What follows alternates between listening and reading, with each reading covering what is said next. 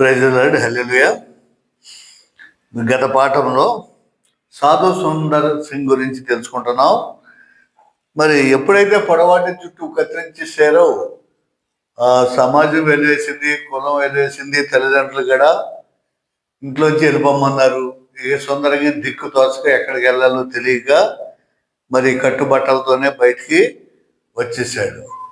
సరే, ఇప్పుడు ఏమిటంటే ఇక బయటకు వచ్చేసి కులం వాళ్ళు కలుపుకోరు, అటు ఎస్సీ ఎస్టీ పాకి వాళ్ళతో కలవడానికి లేదు, ఎవరో రానివ్వరు.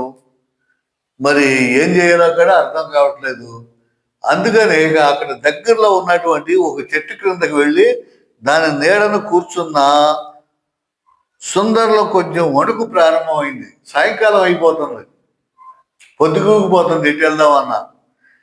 ఏం చేయాలరా భగవంతుడు, ఏంటి పరిస్థితి అని చెప్పి ఒక్కసారిగా కళ్ళు బయలు కమ్మి ఆ చెట్టు కింద కూర్చున్నాడు. వణుకు ప్రారంభమైంది సుందరికి. దీనికి ముందెప్పుడు కూడా ఇలా భోజనం కానీ వసతి కానీ సరిపోయినన్ని బట్టలు కానీ లేకుండా ఎన్నడూ ఈ సుందరం ఉండలేదు. ఇలాంటి పరిస్థితి సుందరికి ఎప్పుడు రాలా. కమ్మని భోజనం, కడుపు నిండా భోజనం, కుటుంబం అంతా చక్కగా కూర్చుని రౌండ్గా కూర్చుని కలిసి సరదాగా కౌరులు చెప్పుకుంటూ తినేవాడు, కోరిన బట్టలు వేసుకునేవాడు, ధరించేవాడు, ఎంతో సంతోషంగా సరదాగా ఉండేది కుటుంబంతో. కానీ ఎలాంటి పరిస్థితి ఎప్పుడు రాలేదు. తన కుటుంబం ఉన్న ఇంటిలోని వెచ్చదనము, భోజనము దగ్గర అందరూ గుండ్రంగా కూర్చుని తినడం, తనకెంతో సుపరిచితమైన ఇవన్నీ సుందరకి గుర్తు రాసాగాయి. పాత జీవితం అంతా గుర్తుకొస్తుంది. భోజనం ఎలా అందరం కలిసి కూర్చుని భోజనం కౌరు చెప్పుకుంటూ ఎలా తింటున్నాము, ఎలా చేస్తున్నారు, ఎంత సరదాగా సంతోషంగా, తల్లి ఉన్నప్పుడు ఎలా ఉండేది, అన్నయ్య ఉన్నప్పుడు ఎలా ఉండేది, తండ్రి ఎంత ప్రేమగా ఆప్యాయతగా చూసేవాడు అని ఇవన్నీ గుర్తుకొచ్చేసాయి. ఒక కాలచక్రం లాగా కళ్ళ ముందు గర్రన తిరుగుతూ ఒక సినిమా స్కోప్ లాగా కనిపిస్తూ ఉంది. చెట్టు క్రింద తాను కాళ్ళు పుడుచుకుని కూర్చున్న స్థలానికి ఈ సౌకర్యాలని ఎంత దగ్గరలోనే ఉన్నాయి. ఎదురుగా ఆ ఇంటి ఎదురుగానే ఒక చెట్టు ఉంటే అక్కడ కూర్చుని ఉన్నాడు. కాదు ఇక ఎందుకని చెప్పి తల్లిదండ్రులు నాన్న చెప్పినట్లు ఎందాం అనుకుంటే వెళ్ళిపోవచ్చు. మళ్ళీ అవన్నీ దొరుకుతాయి. సమాజం అన్ని కూడా ఆదరిస్తారు, ఇంకా బాగా చూసుకుంటారు, సంతోషిస్తారు. కానీ సుందర అలాంటి పని చేస్తాడా? చేయడు. అయితే వీటన్నిటి నుండి తిరుగు లేకుండా దూరం అయిపోయాడు. యేసు ప్రభుని, యేసుక్రీస్తుని నమ్ముకోవటం వలన ఇవన్నీ దూరం అయిపోయింది. తనకి ప్రభు అక్కడే దగ్గరయ్యాడు. వీటన్నిటినీ గుర్తించినప్పుడు దిగులు పుట్టుకురావడానికి బదులుగా ఇవన్నీ తనపై విభిన్న ప్రభావాన్ని చూపడం గుర్తించాడు. శారీరకంగా అతడు ఎంతో శ్రమను అనుభవించినప్పటికీ తన మనసులో ఎంతో శాంతి, చెప్పనసౌఖ్యమైనటువంటి ఆనందాన్ని అనుభవించగలుగుతున్నట్లు తెలుసుకున్నాడు. ఈ శరీర సుఖం కంటే ఆత్మీయ ఆనందమే ఎక్కువగా అనుభవిస్తున్నాడు. అమ్మాయ, ఓ పక్కన ఇవన్నీ దూరం అయిపోయింది, శరీరం కష్టపడాల్సి వస్తుంది, ఆకలి అవుతుంది, సరైన బట్టలు లేవు, స్నానం లేదు, చెమట పడుతుంది. ఇవన్నీ కూడా ఒక ప్రక్కన. ఇంకొక ప్రక్క రోజు రోజుకి వేధింపులన్నీ పోయినాయి. ఒక్కసారితో ఈ దెబ్బతో పోయింది. ఎప్పుడైతే జుట్టు కత్తిరించుకున్నాడో ఎవడో మాట్లాడటం మానేశారు. ఒక్కడికాడ పొల్లెత్తి పలకరించడం మానేశాడు. వేధింపులన్నీ కూడా పోయినాయి. చక్కగా ఆనందంగా ఉంది. ప్రభువులో ఆనందం పోయినాయి అన్ని. నాకు ప్రభు అంటే చాలు అనుకుంటున్నాడు. సంవత్సరం క్రితం సజీవుడైన క్రీస్తును తాను కళ్ళారా చూసిన ఆ మరుపురాని రాత్రి దొరికిన సంతోష సమాధానాల కంటే ఇదెంతో భిన్నంగా ఉంది. ఖచ్చితంగా సంవత్సరం క్రితం ప్రభు ప్రత్యక్షమయ్యాడు, కనబడ్డాడు. అప్పుడు ఆ స్వర్గం ఆనందం, చెప్పలేని అనుభూతి, ప్రభువుని ఒక్కసారి దర్శించుకునేసరికి ఆ ఆనందం ఎంతో గొప్పగా ఉంది. ఇప్పుడు తన కళ్ళ ముందు ఎవరో లేకున్నప్పటికీ క్రీస్తు సన్నిధి తనకు తోడుగా ఉన్నదన్న గ్రహింపుతో హృదయం నిండిపోయింది. ఇప్పుడు ఎవరో లేరు, వేధించేవాడు లేరు, పలకరించేవాడు లేరు, మాట్లాడేవాడు లేరు. తన ఇష్టం. స్వాతంత్ర దినోత్సవం రోజున స్వాతంత్రం ఎలా వచ్చి సంతోషంగా ఉన్నారో అదేవిధంగా స్వాతంత్రం వచ్చేసినట్లు ఉంది సుందర్ సింగ్కి. స్వేచ్ఛ, స్వాతంత్రం. తను మాట్లాడేవారు ఎవరో లేరు, అడిగేవాళ్ళు ఎవరో లేరు. తన ఇష్టం వచ్చిన దైవాన్ని దాన్ని తలుచుకున్నాడు, చూశాడు, అనుభూతి పొందుతున్నాడు. అంత ఆనందం వచ్చేసింది. మరి దేనికోసం కూడా ఈ ప్రస్తుత పరిస్థితిని సుందర వదులుకునే వాడు కాడు. ఇక ఈ పరిస్థితి ఇలా ఉంటేనే మంచిది, ఇలా ఉండిపోతాను నేను, చావైనా బ్రతికైనా క్రీస్తుతోనే నా ప్రయాణం అనుకుని చాలా సంతోషిస్తున్నాడు. సకల సౌకర్యాలతో ఆడంబరంగా ఉండే తన ఇంట్లో శారీరకంగా ఏ లోటు ఉండేది కాదు, కానీ మనసంతా కల్లోలంగా ఉండేది. ఇప్పుడైతే పైకి చూస్తే ఎంతో వేదనలో ఉన్నట్టుగా ఉండిన హృదయంలో మాత్రం తన ప్రభువుతో ఎంతో సన్నిహితంగా ఉండినాడు.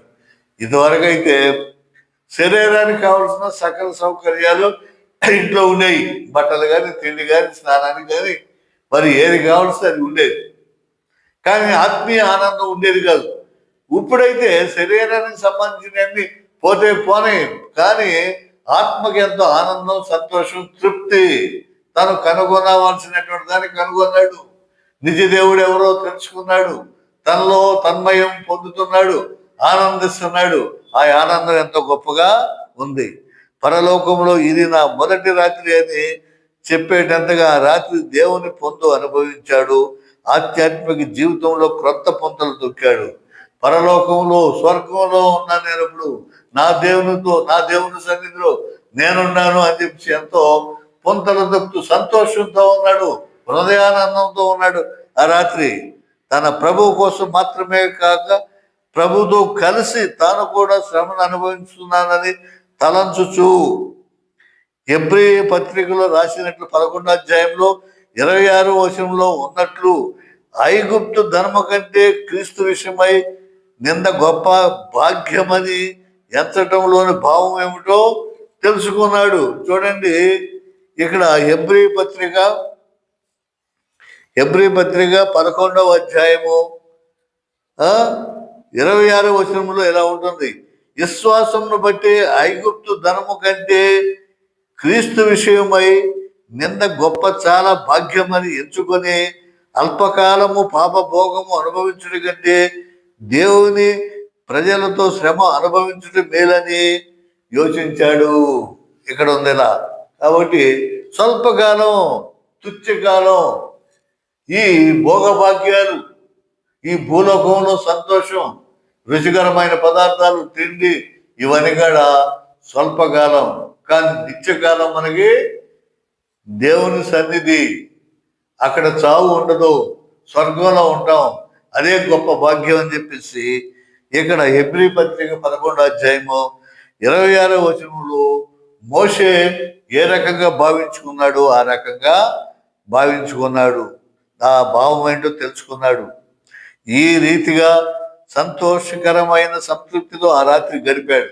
ఇక ఆ రాత్రి అంతా కాళ్ళు ముడుచుకుని చెట్టు కింద పడుకుని దేవునిలో లీనమై ఆలోచిస్తూ గడిపాడు.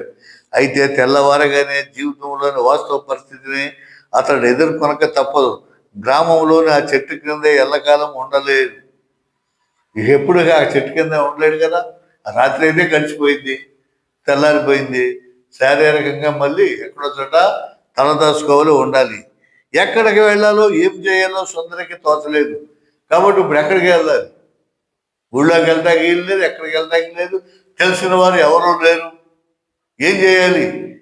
ఈ రాత్రి అయితే చెట్టు కింద పడుకున్నాను, గడిచిపోయింది.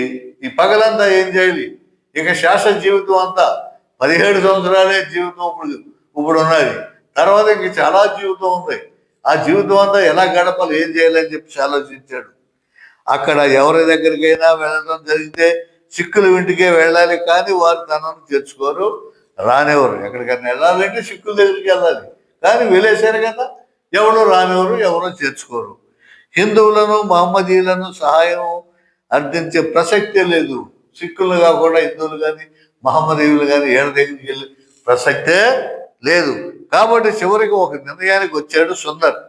ఇకేం చేద్దామని చెప్పేసి బాగా తీవ్రంగా ఆలోచించి ఒక నిర్ణయానికి వచ్చాడు. కాబట్టి అతను క్రైస్తవుల దగ్గరికి తను వెళ్ళాలి. నేను క్రైస్తవుడిగా మారిపోయాను కాబట్టి వాళ్ళ దగ్గరే నాకు ఆదరణ లభిస్తుంది, నేను క్రైస్తవుల దగ్గరికే వెళ్ళాలి అనుకున్నాడు. స్థానికులైన క్రైస్తవుల ఇళ్లకు వెళ్ళటం నిష్ప్రయోజనం. ఈ చుట్టుపక్కల ఉండవా క్రైస్తవుల ఇళ్ళకి వెళ్ళడం ప్రయోజనం ఉండదు. వీళ్ళందరూ నామకార్థ క్రైస్తవులు, భక్తి కలిగినటువంటి వారు కాదు. పేరుకి క్రైస్తవులే కానీ భక్తిని, దాని శక్తిని ఎరిగినటువంటి వారు కాదు. వారు పాకి పనివారు, మిషన్ స్కూళ్ళు మూసివేయటంలో ఇప్పటికే వారికి ఎంతో శ్రమ అనుభవిస్తున్నారు. ఈ క్రైస్తవులు మరి మిషనరీ స్కూల్ కాబట్టి దాని మీద అందరూ యాజిటేషన్ తీసుకొచ్చి గొడవలు చేశారు కాబట్టి ఆ పాఠశాల మూసేశారు. ఆ మూసేయటం వలన వీళ్ళందరూ ఇళ్ళకాడే ఉండి చదువు లేదు, ఏమి లేదు, ఏదో తిండి తిప్పలేక తిరుగుతున్నారు. అలాంటిది మళ్ళీ సుందర్ సింగ్ వెళ్ళాడు. నువ్వేంట్రా బాబా, మేమే చేస్తున్నాం, నువ్వెందుకు వచ్చావు ఇక్కడికి, అది నీ వల్లనే వచ్చింది, కోర్టుకి వెళ్ళటం, కోర్టులో కేసులు వేయటం, ఇవన్నీ కూడా జరిగింది అని చెప్పి మళ్ళీ వాళ్ళు తిట్టుకుంటారు. తనకు సహాయం చేయగలిగే స్థితిలో ఉన్నను ఆ పని చేయడానికి వారు భయపడవచ్చు. కొద్ది గొప్ప కొంతమంది చేర్చుకోవడానికి రమ్మన్నా కానీ అమ్మో ఇతను రానిస్తే మళ్ళీ సిక్కులందరూ మా మీద పడతారు, మమ్మల్ని కొడతారు, మా ఇల్లు ధ్వంసం చేస్తారు అని చెప్పి భయపడవచ్చు వాళ్ళు. వారి దగ్గర ఆశ్రయం కోరదామన్న ఆశ అసలు వచ్చిందో లేదో తెలియదు. వాళ్ళ దగ్గరికి వెళ్దామని అసలు అనుకోలే.